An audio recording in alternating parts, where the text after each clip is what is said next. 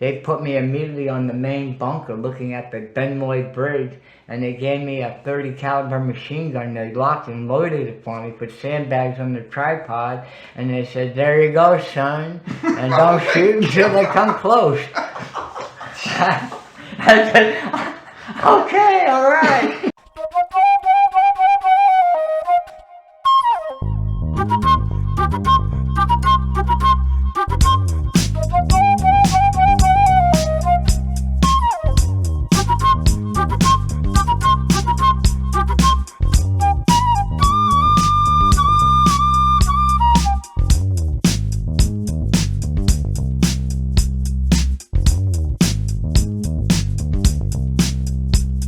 Bhakti Vedanta Swami Namine Namaste Saraswati Devi Gaurani Pracharne Nirvasesha Shunyavadi Pasachade Shutamane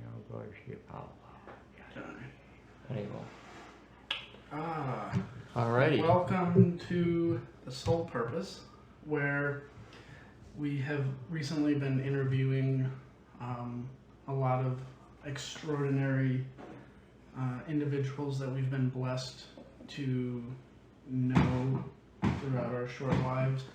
And this week we have a special guest. His name is Shanka Prabhu.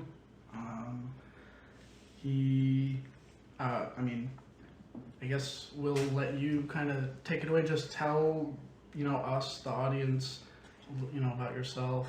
We wanted to know, you're going through a lot.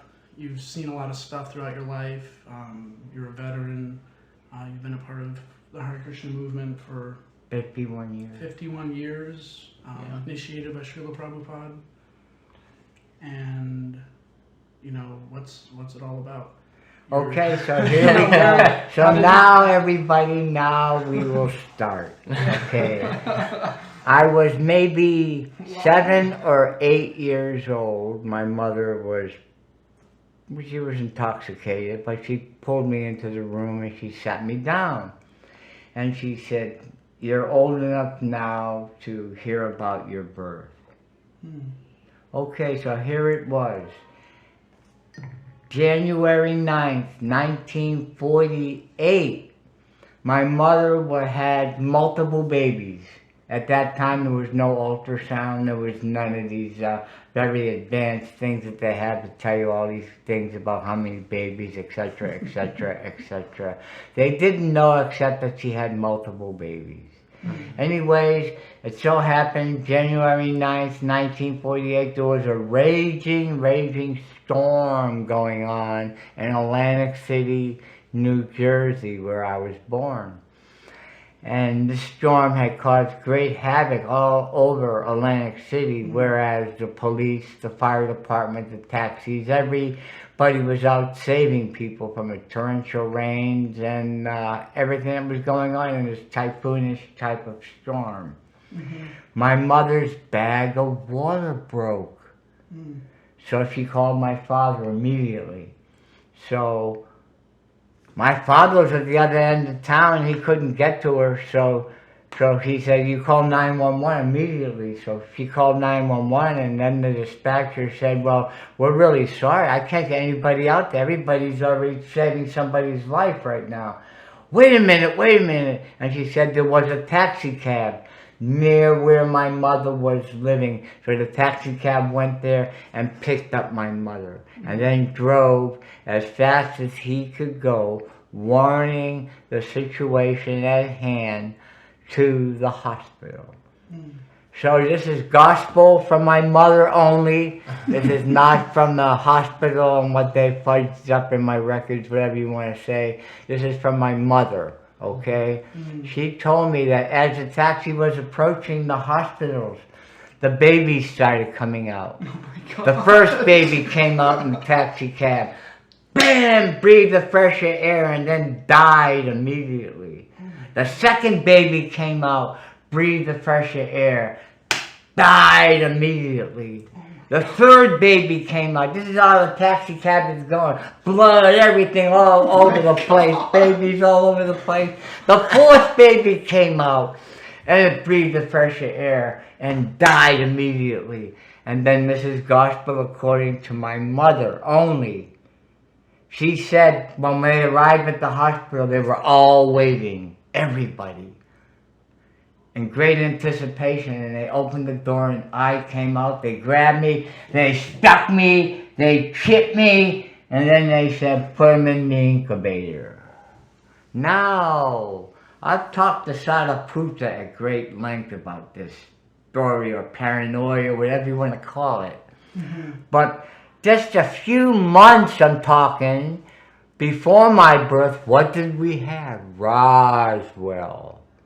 And Sadhaputta told me that these gray creatures, whatever you want to call them, are scientists, the first batch that came. Mm. And in their spacecraft they have DNA from all the different galaxies, from all the different, where they've been in the creation. They've chosen the best and the most advanced humanoid type living entities, insectoids, lizards, whatever they can find with advanced intelligence. They've gotten this DNA they've gathered.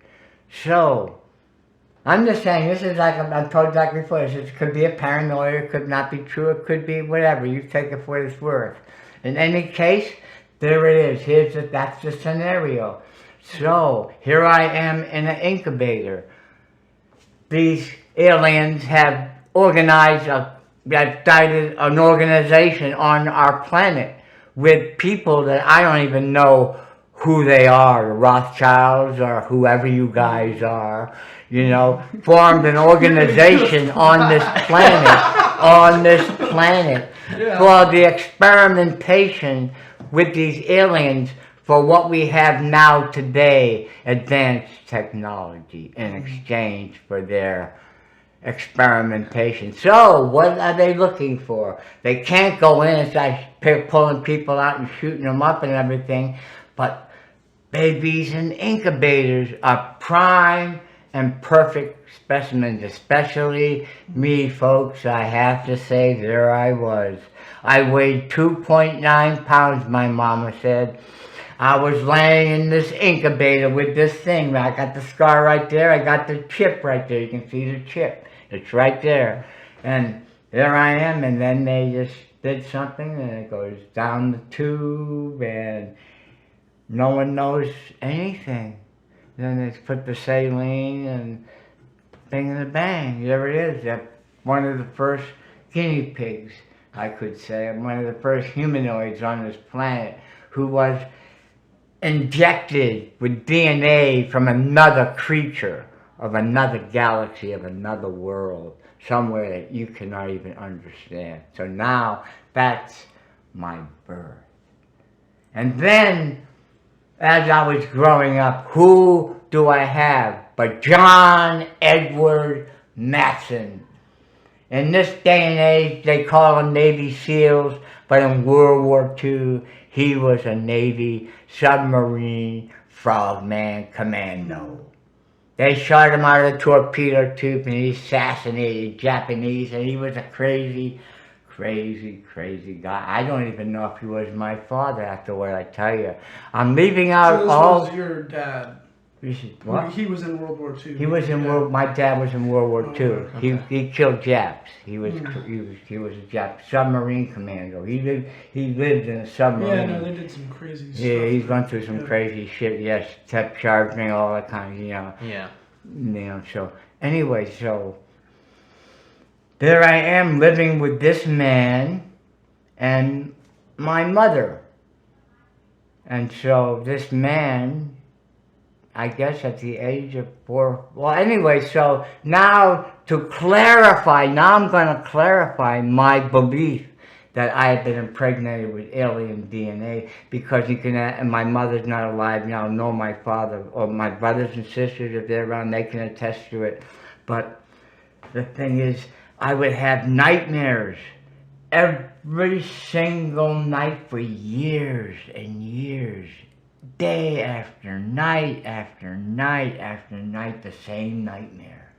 I would be on an operating table in a cage with all these crazy looking doctors all around me, and they would be having surgical tools and all kinds of things in their hands, and then the table would spin around, and like when you get a Novocaine, when you get in your you get that Novocaine, you start drifting into an endless whirlpool of nothing.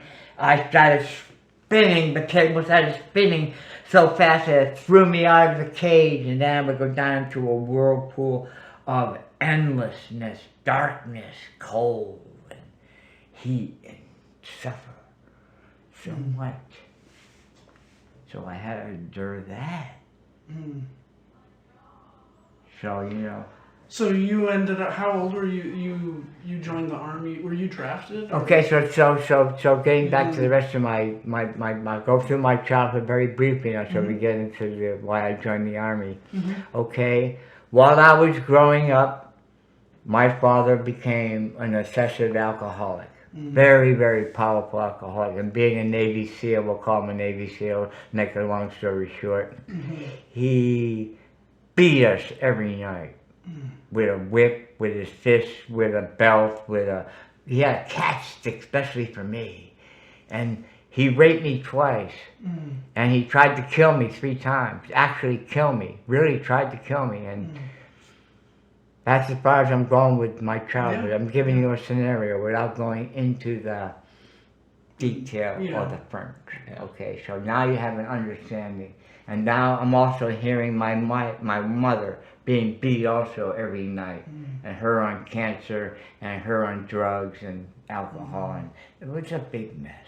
Anyways, I went to high school, and while I was in school, I had the hardest time, and it was really hard. You know, all I could look forward to every day was getting beat at night, and you know, I'm trying to live a life, trying to go to school, so.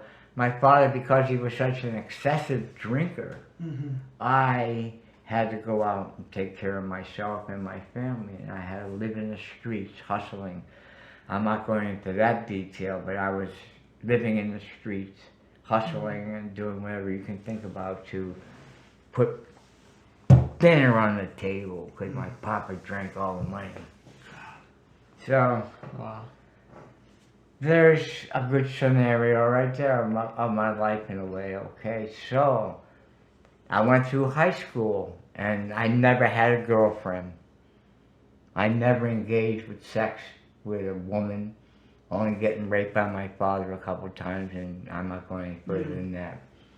And, you know, I never had that opportunity to have that kind of understanding. So, but in any case, making a long story short, I decided I wanted to go to Vietnam. I heard there was a war going on. I wanted to go to Vietnam with the sole purpose to go over there and kill as many gooks as I could kill, and then come back and kill my father for what he did to me. And that was my motivation. Wow. That was the real reason why I joined the Army. No other reason was there. Nothing more. So, now the interesting part. All of a sudden the Army recruiter said, okay, so we want to give you a battery of tests now. You know, so they started going out with the tests, you know. And then they gave me this booklet, you know. And they said, how fast can you do this, and how accurate can you put these things together? So what it was objects, different shapes, laid out flat. And so laid out flat, it's just laid out flat. And then they had multiple choice, 1, 2, 3, 4. Multiple choices in 4 different kinds of boxes, what it could be. I did it so fast, I got them all right, that all of a sudden, the recruiter, after they did all the tests and everything, come up to me. And he says, Mr. Matson, that's my name, James Edward Matson, M-A-T-T-S-O-N. Anyways, he said, Mr. Matson, you have an IQ of 147. Damn. And I said, how is that possible? I have been living in the streets, hustling people. I got all C, D's, and F's in school. I haven't had a girlfriend or a friend my whole life. How can it be that I have an IQ of 147? And they said, that's not the irony of it, Mr. Matson. In Vietnam, we have a critical MOS. We're in dire need of people with your, you didn't say magical, but I'll say magical powers. Yeah. And they said that we would definitely like you, how would you like to be in military intelligence? Oh, wow. And I said, wait a minute, let me think about this. Now I'm sitting back. I'm thinking, wow, I want to go to Vietnam and kill my father. But then again, I've always wanted to be a spy. So it intrigued me. I said, I'll do it. I'll become your military intelligence. And he says, what is it about me that warrants me to be in your military intelligence world? He says, you have very, very, very powerful stereo vision. And you have a photogenic mind. And rambled on so many things about me psychically and all these things. So anyways, I said, wow. And what year was this? This is June 20th, 1966 in Massachusetts. And then I went to Fort Dix for my basic training. Like you all know, we all go through basic training. And I do have to say, I didn't do very well. I performed very well. It's kind of small, like I'm small bones, you know, so I was always called, I was always outcast in that too. I never had real friends. Unbelievable everything. I'm really rolling in this now. Okay, so there I am at Fort Dix. And I go through basic normally, you know, and then I get to advanced infantry training at Fort Bragg, you know, advanced jungle warfare in Vietnam. So I learned all the techniques of jungle warfare. You know, so I know how to use a knife, I know how to use a crossbow, I know how to shoot an M14, an M16, an M40, whatever. I can roll. Yeah. Okay, I was trained at Fort Dix and Fort Bragg. And then they sent me off to guess where? Baltimore, Maryland. And guess what the U.S. Army base was called? Fort Holabird. And all you military intelligence freaks out there, you know what I'm talking about. Anyways, here I am at Fort Holabird. This Army base was small, and all it did was train you in all the different secret weapons, all the different technology, everything about Russia and how to be a spy and an interrogator and the whole thing. This is like at the height of the Cold War. This is where they trained everybody for the Vietnam conflict, okay? Everybody in military intelligence went to Fort Holabird, didn't you all? Okay. I have to say I never drank, folks. I never drank, even at base, even in boot camp and at Fort Bragg. I had a few beers, but I never got into drinking, you know, until I went to Fort Holabird. And what do you think happened at Fort Holabird? A friend of mine, a PFC, same as me, we were both PFCs, come up to me and said, have you ever met Captain Morgan? And I said, Captain Morgan, who's that guy? And he said, oh, well, I'll tell you what. I'm right here, a couple of 6-packs of Coca-Cola, and I got a 5th here of Captain Morgan. We're going to teach you how to drink, boy. Hans is dying out. You're killing Hans.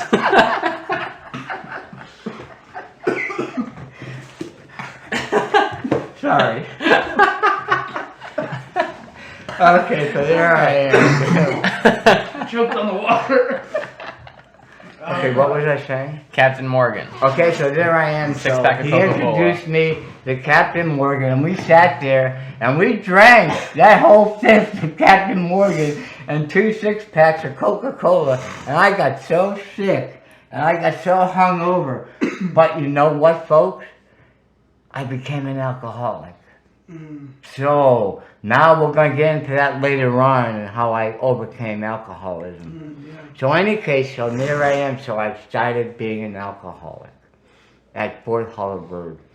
Okay, so making a long story short, then I was sent over to the Republic of South Vietnam in 1967. Okay. And this is funny too, because when I got there, we landed at Tonsanoo Air Force. We landed at Benoit Air Force Base. And everybody came off the plane, we're all soldiers going to war. And I was the only one that was given a private coot. And I had to stay there at this air base for 3 or 4 days until someone could come and get me. You know, because I'm going to tell you now all you militaries, intelligent freaks, now please, don't kill me, don't, you know, because I'm going to tell you secrets and things now, you know, from Vietnam, don't go there with me, okay? I'm telling you this now, okay? So anyway, there I am. You got the picture now, right? Okay, so I remember Benoit, finally the Jeep comes and picks me up, and then it's a long Jeep ride. And to where we were and to where we took me was the Cao Ben Lai Bridge. There were only 2 bridges in the Saigon from the north.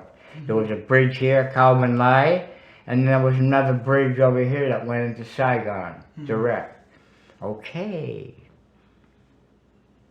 All around Cao Ben Lai Bridge was an Arvin. I forgot if they were Rangers or whatever they were, but they were elite Arvins. We were in, and right along the Saigon River there, going that way, there was our little military intelligence complex, which is very small, consisting of maybe 4 or 5 buildings only. It was just sitting there, surrounded by all these Arvins and connected to this one bridge going into Saigon. And guess what, folks?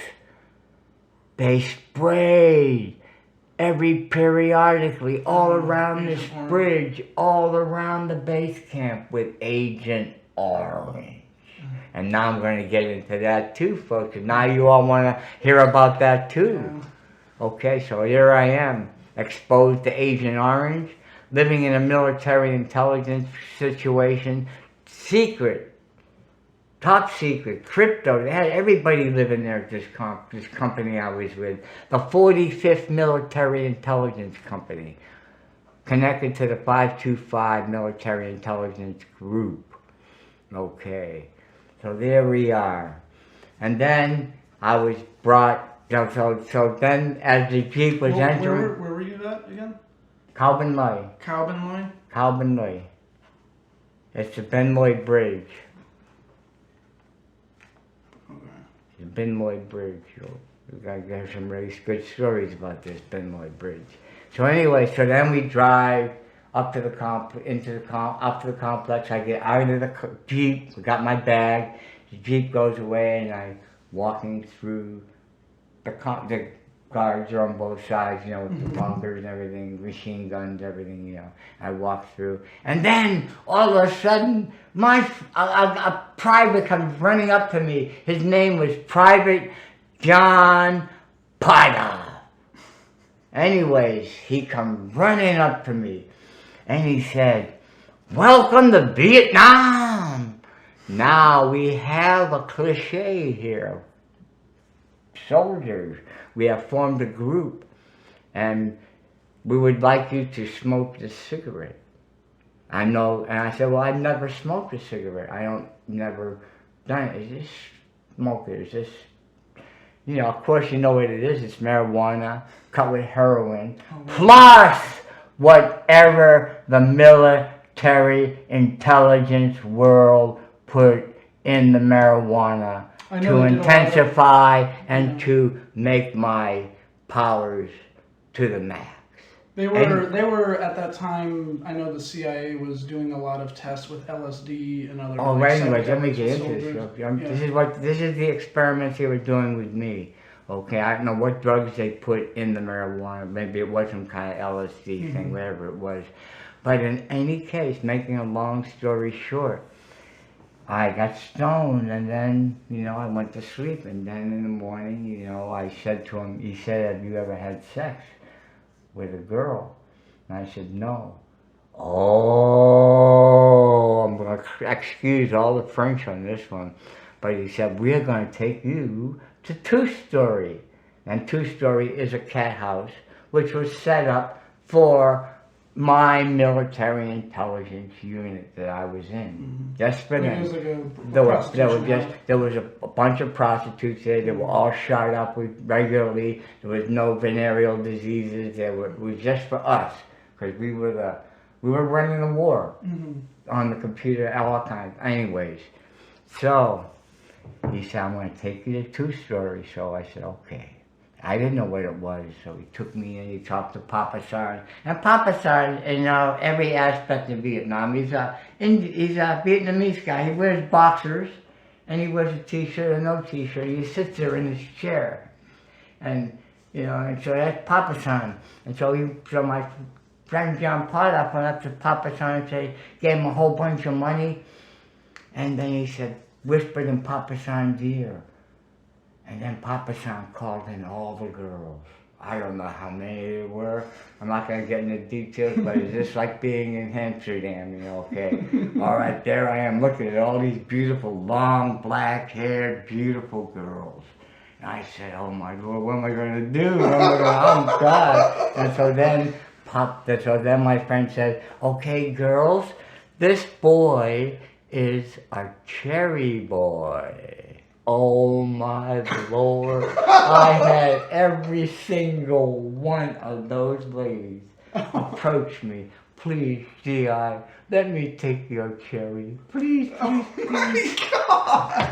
This is my first experience with all these different aspects of what you think is you're getting enjoyment from. Yeah.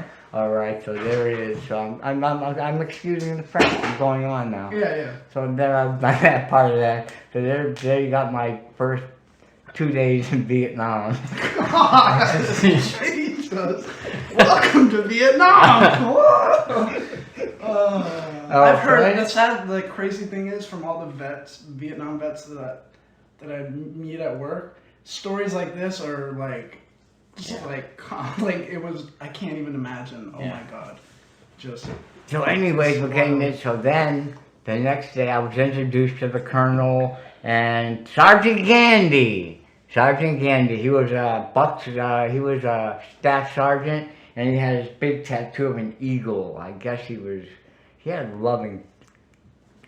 Anyways, he liked me. And I got a story to say about him as I was going to Vietnam. So anyways, we got in the bus, and we all were carrying M14, automatic weapons with one magazine in it, and we all went in our bus to where I started my work in Vietnam, and that was at Combined Intelligence Center, Vietnam. CICV, CICV, CICV. Every aspect of the war was going on in this complex, in this building. It was bomb-proof. It had all these gigantic computers. It had the crypto rooms. It had all the roll films and all the battle plans and all the maps and everything that was going on. Everything that happened in Vietnam. So everything went on at CICV. Right beside CICV was JGS, Vietnamese intelligence. And across on the other side of CICV was MACV headquarters, where General Westmoreland and his gang sat. Wow. So there we were. So now you're getting a scenario. So you're working with like that was that was like top brass. So you can see where I was working with the top brass. Okay. Wow. And then we're utilizing my powers and then now listen to this now. You know, now I can freely say this because I'm dying. I smoked marijuana 24/7 doing the most advanced, secret, intelligence, photo interpretation you can do for this U.S. country. And they allowed me to smoke, and so of course you know there had to be something in there that they put to allow me to smoke marijuana 24/7, and that's the honest to God's truth. Wow. So It just kept you guys all doped up. up. And then you heard about My Lai, that massacre, didn't there? Was a massacre. What I forgot what it's called, My Lai or Massacre. My Lai massacre. You know, this is just me, folks. This is just me with my intelligence mind and my photogenic mind and what I type in computers, and because I did COC reports for 3 months. I know all about all that kind of stuff too. Anyways, what was I saying? Talking about the My Lai massacre. Okay, so the My Lai massacre. So what they did, it makes sense. Yeah. Because first off, They killed what? It was like 300 people. 501 civilians. Wow. Okay, so this is what happened. From what I think is what happened. There was a company of I forget what Rangers or whatever. I don't know the details of it. This is just me, folks. Just me only. The U.S. military government used Vietnam as an experimental for weapons and for psychological and for designing and developing the perfect soldier. An unthinkable killing machine with no remorse, with no thought, without no mercy. Anyways, I believe that this company of soldiers were smoking marijuana that was indoctrinated with chemicals to induce this type of scenario. And as a result of it, it backfired because it's experimental. And instead of it doing what it was supposed to do, these soldiers flipped out and started brutally killing babies, old people, slicing them and destroying them, brutally destroying everything. Just destroyed everything and brutally raped the women and just did havoc, and they had no remorse. So you tell me, folks, what's going on. And now you look at the Navy SEALs. I see pictures of the Navy SEAL movies. What we see on television and movies is 10 years backwards. They're so much far advanced in technology and weaponry. But the point is, you know, that they experimented with the M16, the M79 grenade launcher, and of course, the M60 machine gun. All experimental weapons, never before used in battle, and as a result, a percentage of the deaths from Vietnam were caused by weapons malfunctioning because of that aspect of the experiment that they used on our generation. And so anyway, so going on, so there I am doing all this military intelligence work, smoking this dope and doing all these things, you know. So then they had me do COC reports. And then, you know, I don't know what happened to me. I only had sex with prostitutes. I only smoked the dope that was given to me by Papa San. One Papa San only. I'm sure he was connected to the military. And, you know, and I lived my life in Vietnam, and I did 3 tours. I did 3 tours, folks, in Vietnam. When was your last tour? My last tour was in '69. I was there for the Tet Offensive. Oh, wow. I was there for the, in fact, you know how important I was for the Tet Offensive? I am the guy, I'm the one who was looking for 122 millimeter rocket positions all around Saigon. Wow.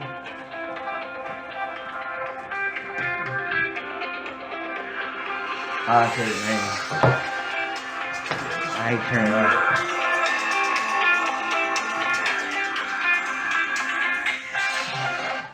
Okay, there we go. Yeah, it's turned it off. Dunking him a couple.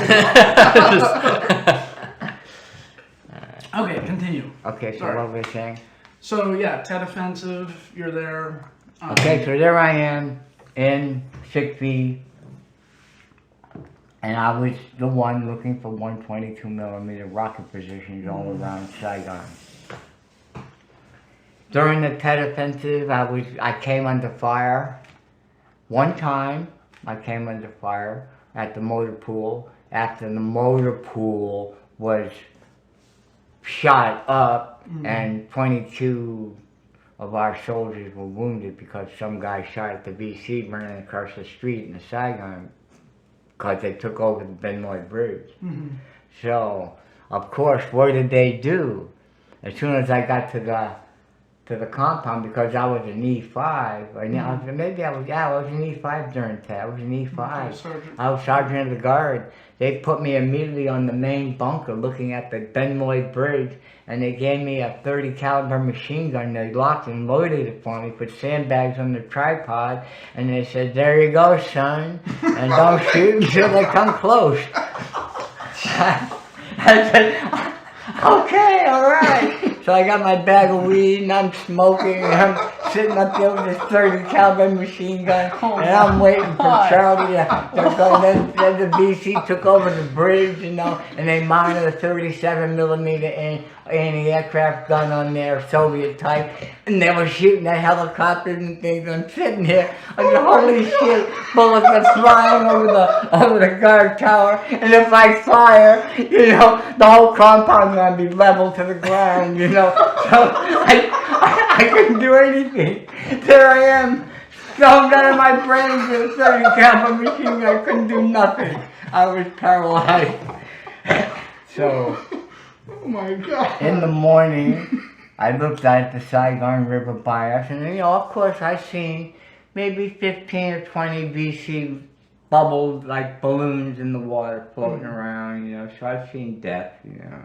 Anyway, that was the compound. That was my compound experience, and then immediately, the first cab came down, and they took over the bridge again, and then they set up tanks and APC in front of our compound, and we were protected for the rest of the Tet Offensive. Wow. Yeah, the Tet But then Offensive. they got us somehow to 6B, where I had to do all this high-level work. Mm-hmm. 24/7 I was going. We were doing 8-hour shifts, 24/7 going. The battles were going, every U.S. military complex was attacked at the same time. Oh, yeah. Damn. Powerless we became, but the soldier, you know, they trained us well. They did. I mean, even though we're all stoned, I mean, still they trained us well, you know, in different weaponry, and then you've already been out in the bush, you already seen somebody blow up in 1,000 pieces. And this is another thing too, all you psychiatrists and all you psychologists, and why you're having so much trouble with the veterans. It's because you haven't been on the battlefield. So how can you help someone who's been on the battlefield? Yeah. How can you help him? How can you help this soldier understand what he has just gone through? You cannot do it. This is why the Veterans Administration they can't keep psychiatrists, they can't keep psychologists, because they're failing in every attempt to help these poor vets. Yeah. And as a result of them trying, they get taken off their connection with the government and they get thrown out in the streets. And I can say maybe 60-70% of all the homeless in this beautiful town of Gainesville and Alachua, Well, or man. I Vietnam, see 'em or in the hospital. Afghanistan, or some other veteran, put out there in the streets by this country. Yeah. Okay, so And now everyone we got. runs around saying, "Oh, they see the soldiers or the veterans. Oh, thank you for your service." But then they go and they vote for people who are going to go into office and continue the wars. You're telling me thank you for my service, but yet you're going to keep putting these people in office. Yeah, that why are gonna didn't they keep say treating thank us you like for your shit. service when I came back from Vietnam? Yeah. No, instead they spit on me, they shit on me, and if I told anybody it was from Vietnam, oh God, I was like the scum of the earth. You know? I said, what the hell is this? So. Yeah. Anyway, so I can understand all you veterans out there Yeah. more than your damn psychiatrist, because I wasn't out there right directly in the battlefield, but I was orchestrating the battles.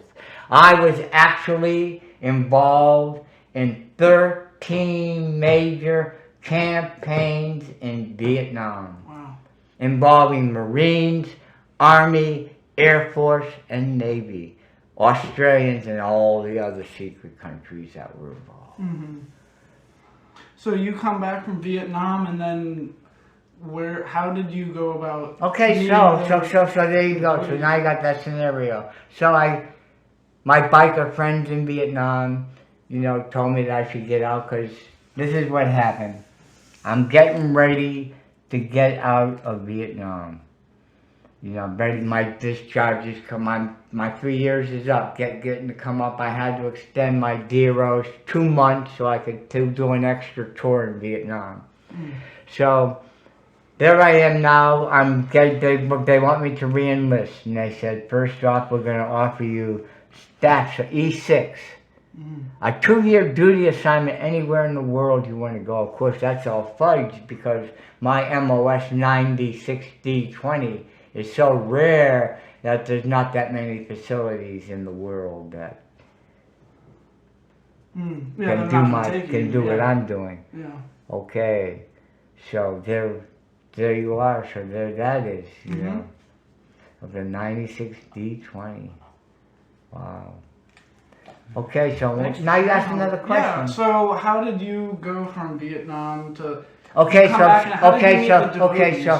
so I came back. I got my discharge in Oakland. I got to San Francisco, and I never had the experience of being alone, totally alone, in a matrix-type world. And I didn't know how to talk to people. I didn't know how to relate to a girl. I didn't know how to do anything, because I've only, my story.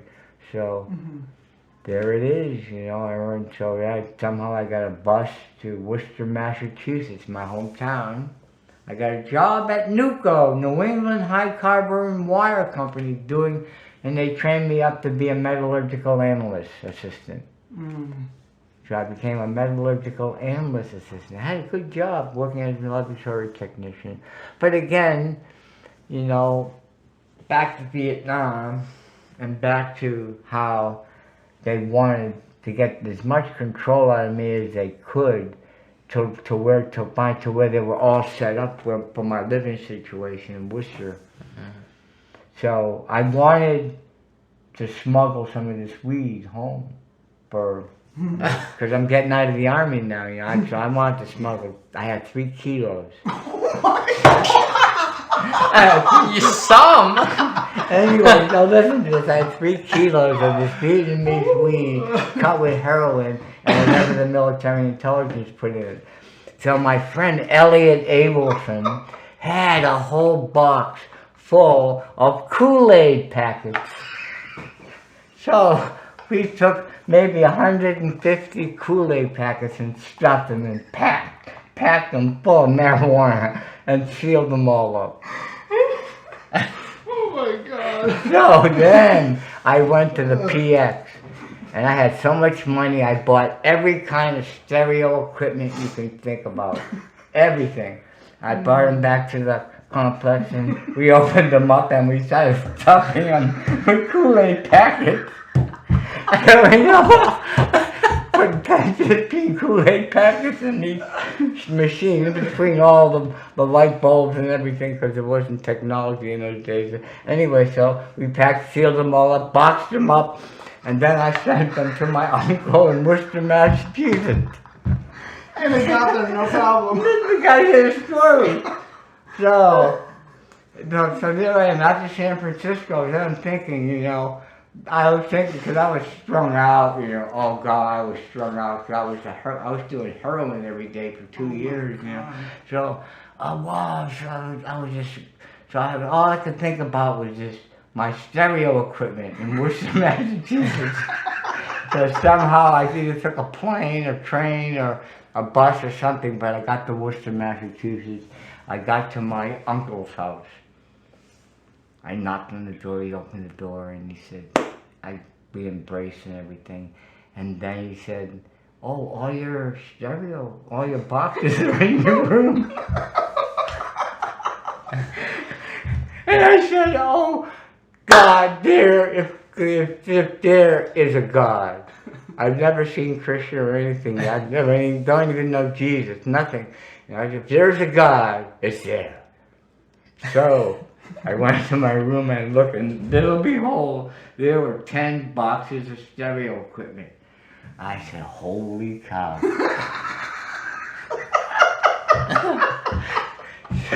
So I opened up the tuner amplifier first. I opened the box. I pulled it out. I got my screwdriver. I'm praying the whole time.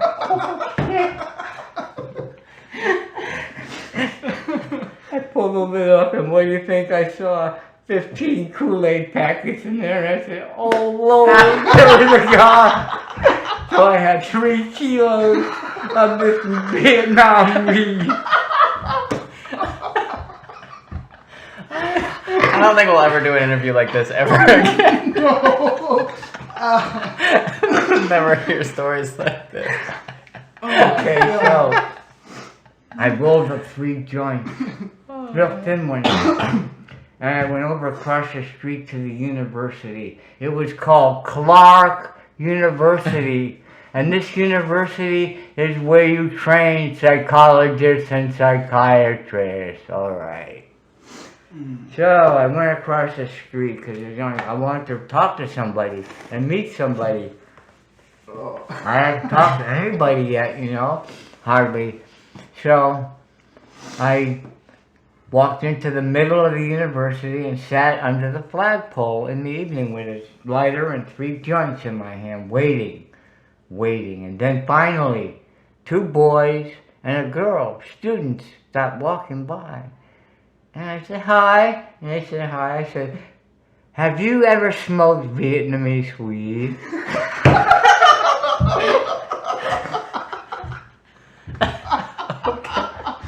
Great way to make friends right there. Bam.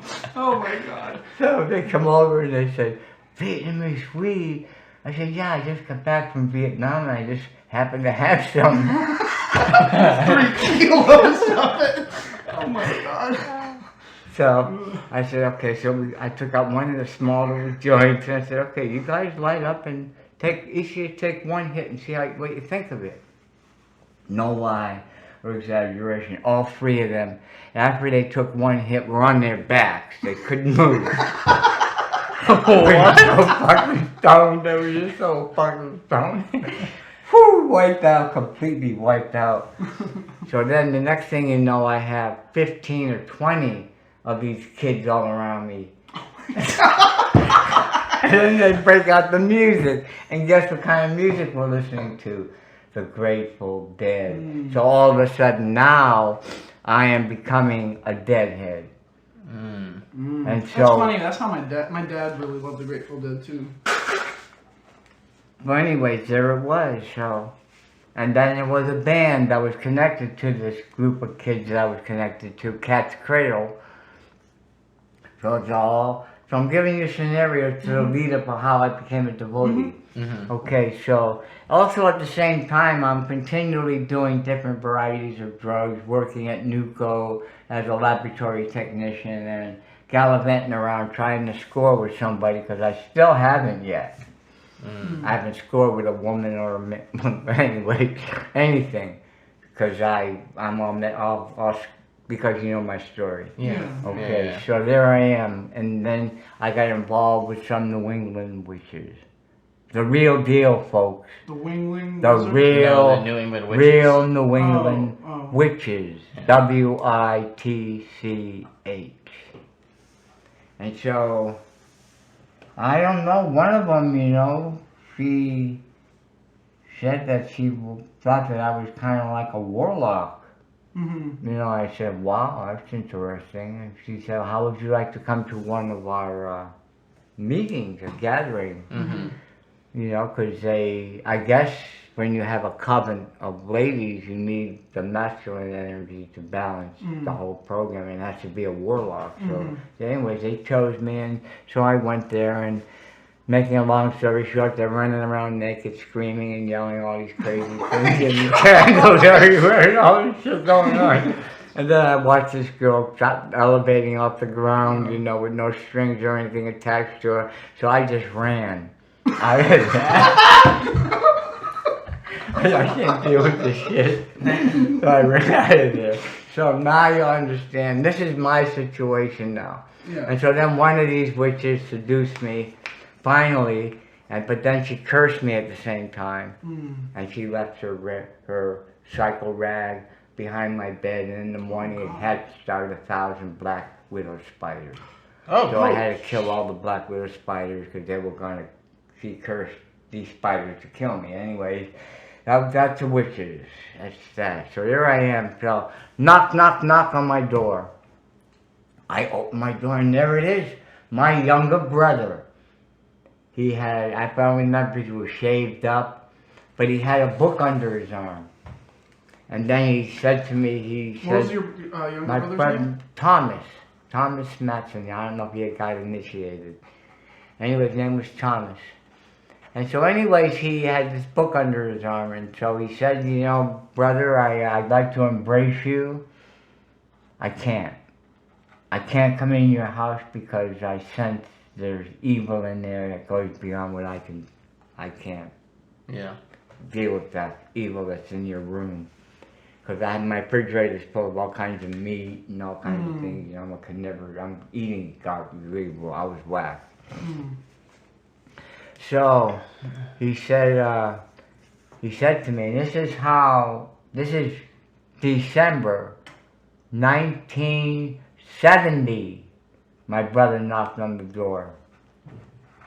And he said to me, after he said he couldn't come in, he said, how would you like to go on a mystical journey to the spiritual world and see Yogesvara, the supreme mystic? And immediately, as soon as I heard the name, Yogesvara, I don't know, it just became part of my life. Here I am today, worshiping still Yogesvara. Wow. So anyway, so there it is. So then he opened up this book, and he pulled out 4 pictures. And this was an insert that was in the Ishopanishad. Remember the Ishopanishad? Was that the book that he had? That's the book. No, he had the Krishna book. No, but he had the Ishopanishad insert of Lord Vishnu and the causal ocean halfway up. So he gave me 4 of those, and he said, put one on each wall in your room, take all the meat and all the carcasses out of your refrigerator, clean your house up, and read this Krishna book. Wow. So I got rid of all my garbage, all the carcasses, all the meat, everything. I threw it all out, got rid of everything, cleaned the refrigerator, got everything, got rid of all my pots and pans. I got rid of some crazy stuff. Why is it you think that when he showed up and said that, you could have easily been like, screw you, I'm doing what I'm doing? Yeah. What was it about your relationship with him that made you want to... No, it was the name Yogesvara. It was the It name. was the Okay. The name of God. That was what did it. That got me. Wow. Gotcha. Nothing else got me. You felt connected to it. It was the name of God, Yogesvara. As soon as I heard the name, It just Wow. like made It sense. clicked. Okay. immediately, within a moment, there it was. Wow. I clicked. Okay. Like I've been there So for it's just eternity. the name. It wasn't the relationship with No, your brother. nothing. It was Okay. just the name of Yogesvara Wow. that got me. So anyway, so he said, now so I put a picture on each of my walls, got rid of all my carcasses and everything. And then I waited till evening. I lit some incense, you know, because I was into black a little bit, you know. And I lit some incense, had some beautiful music going. And I sat in the middle of my room. In this hand I had Krishna book, Prabhupada's Krishna book. And in this hand I had 3 trips of orange sunshine LSD. And I said, well. Of course, being a 5-year drug addict, I took the 3 trips LSD. And then started reading Krishna book. Well. So I flipped the book open and I started reading George Harrison's introduction. The first page read real well, first paragraph. And then everything got blurry and I couldn't figure out what was going on. So then, I have to say this, folks, with all honesty, from my heart, from my understanding of God's mercy on us, I was given, you know what a fog is, right? A fine mist of a fog. One fine mist, water molecule of a mist. I experienced a mystical array of opulence from Yogesvara, the supreme mystic. As soon as I flipped it to the first page, and this is gospel, I suppose Krishna Strike Me Dead now, every character came out of the picture and filled the room. And then without me knowing, without me understanding anything about Krishna consciousness, some kind of pastime went on all around me in living color and sound. Wow. Every page I flipped, the same thing happened. This went on for 8 hours, 9 hours straight without stopping. So, that's an experience, you know. The ultimate vision trip. Yeah. Wow. So anyway, so my brother finally comes and I open the door and he comes in and immediately embraces me and he says, wow, what happened? It's just like a temple in here, you know, what happened? And I said, I had a mystical experience with Yogesvara, obviously. Obviously. So he said, wow, you had a, then that's where I got the analogy of the mist drop. He said, you got a mist drop of mystical splendor from Yogesvara. Now we have to do austerities. Austerities. Wait, what? Because you have a connection, you have just connected with God, even though it's in a small way. Still, you have to do penance now in austerity. So you know what our penance and austerity was, folks? We were going to hitchhike from Worcester, Massachusetts, in the middle of December 1970. We were going to hitchhike from Worcester all the way to the Canadian border and back as our austerity and penance. So we packed up, we bundled up, we packed up rice cakes and mice pellets. We just packed this all up. We rolled out and we went. And we did. We started hitchhiking. And then at night time we'd come to different cities, you know, and we'd go to a church, because in those days the churches weren't locked. So we'd go in their church, we'd lay in the pews, sheltered from the evening cold and storms, whatever, and then be on our way. We actually made it to mid-New Hampshire. Wow. So we were getting out of a car and then we were heading onto the freeway to hitchhike further up, and all of a sudden a state trooper pulls up behind us, stops his car, has his lights all waggling, so we're turning around, of course. He gets out of his car with his winter boots on, his cowboy hat, big jacket, badge. Walked over to her and said, "Boys, what the," using the French, "what the F are you doing, boy? Hitchhiking out here in the middle of winter. It's 10 below zero." So I told them a story, leaving out the acid. So Leaving out that.